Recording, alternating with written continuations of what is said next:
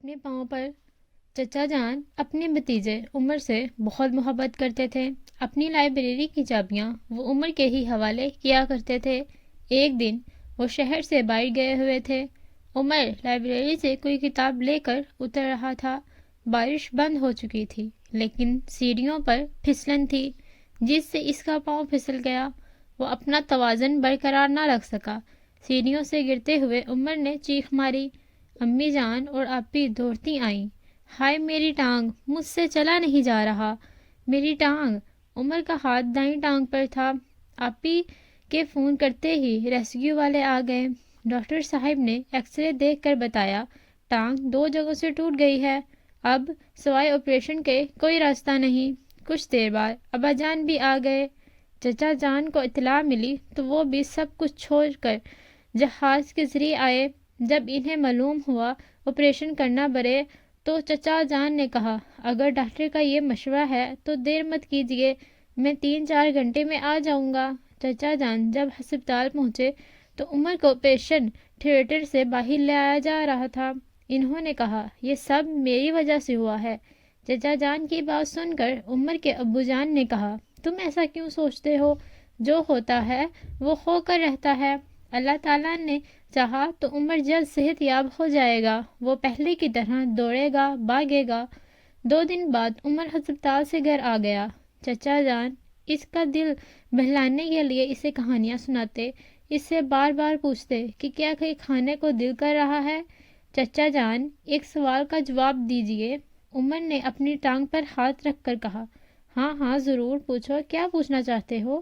چچا جان کیا میں پہلے کی طرح چل پاؤں گا، فٹ بال یا کرکٹ کھیل سکوں گا؟ ہاں بالکل، کیوں نہیں، تم دوڑو گے، بھاگو گے، پہلے کی طرح اچھل کود کرو گے، اللہ تعالیٰ سے اچھی امید لگایا جائے۔ عمر آنکھیں بند کر کے کسی سوچ میں کھو گیا۔ اس کو وہ دن یاد آ گیا تھا جب وہ اپنے دوست احمد کے ساتھ کرکٹ کھیل کر گھر واپس آ رہا تھا۔ گراؤنڈ سے مارکیٹ کی طرف جانے والے سڑک پر جاتے ہوئے ان کی نظر ایک لڑکے پر پڑی۔ وہ بیساکھی کو بغل میں دبائے آہستہ آہستہ چل رہا تھا۔ احمد اور عمر کی طرف دیکھا، آنکھوں ہی آنکھوں میں شرارت کا منصوبہ طے ہو چکا تھا۔ احمد اور عمر بیساکھی کے سہارے چلتے ہوئے لڑکے کی طرف بڑھے۔ اگلے ہی لمحے لڑکے کی بیساکھی عمر کے ہاتھوں میں تھی اور احمد لڑکے کے گرد چکر لگا رہا تھا۔ لڑکے کا نام عرفان تھا۔ خدا کا خوف کرو، میرے بیساکھی واپس کر دو، میں گر جاؤں گا، میری بیساکھی دے دو۔ عرفان نے التجا کی۔ چلو رک کیوں گئے، تم چل سکتے ہو، چلو۔ عمر نے بیساکھی لہراتے ہوئے کہا میں گر جاؤں گا، میں بیساکھی کے بغیر چل نہیں پاؤں گا، خدا کا واسطہ ہے میری بیساکھی واپس کر دو۔ عرفان کی باتوں کا عمر اور احمد پر ذرا بھی اثر نہیں ہو رہا تھا۔ انہیں تو عرفان کو تنگ کر کے لطف آ رہا تھا۔ عرفان لڑکھڑاتا ہوا کیچڑ میں گر گیا۔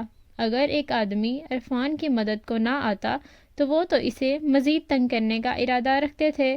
وہ آدمی انہیں پکڑنے کے لیے دوڑا تو عمر بیساکھی سڑک پر گرا کر احمد کے ساتھ وہاں سے بھاگ گیا۔ میں نے اچھا نہیں کیا۔ عمر کی بڑبڑاہٹ سن کر چچا چونک اٹھے۔ عمر سو بن گیا۔ جب اسے کمرے میں لیٹے لیٹے گھبراہٹ محسوس کرتا تو چچا جان اسے وہیل چیئر پر باہر لے جاتے۔ باہر تو سب کچھ پہلے جیسا ہی تھا، کچھ بھی تبدیل نہیں ہوتا تھا۔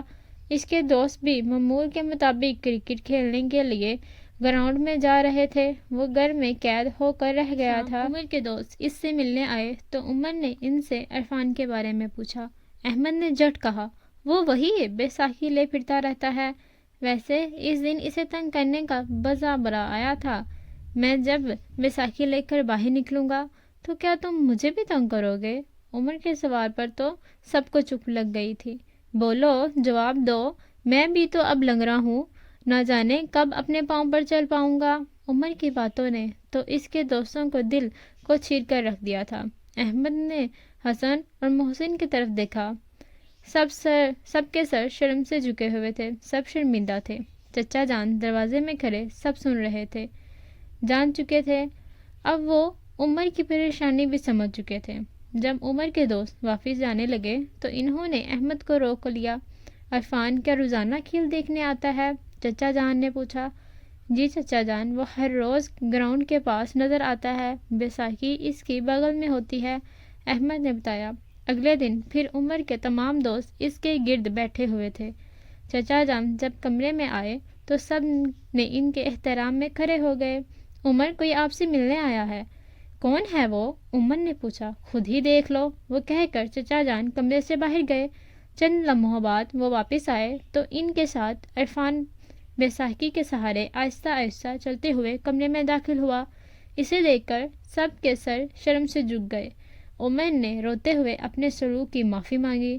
عرفان نے سب کو معاف کیا۔